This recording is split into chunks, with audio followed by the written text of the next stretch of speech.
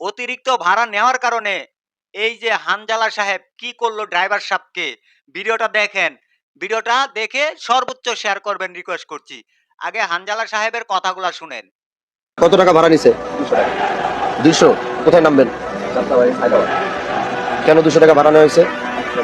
কে ভাড়ার 200 নিছে? কে লোক কোথায়? এই ডাক দাও। এই 200 টাকা ভাড়া নিছে কে? এদিকে এক পেটা দেখো। 200 টাকা কে বলছে আপনাদের?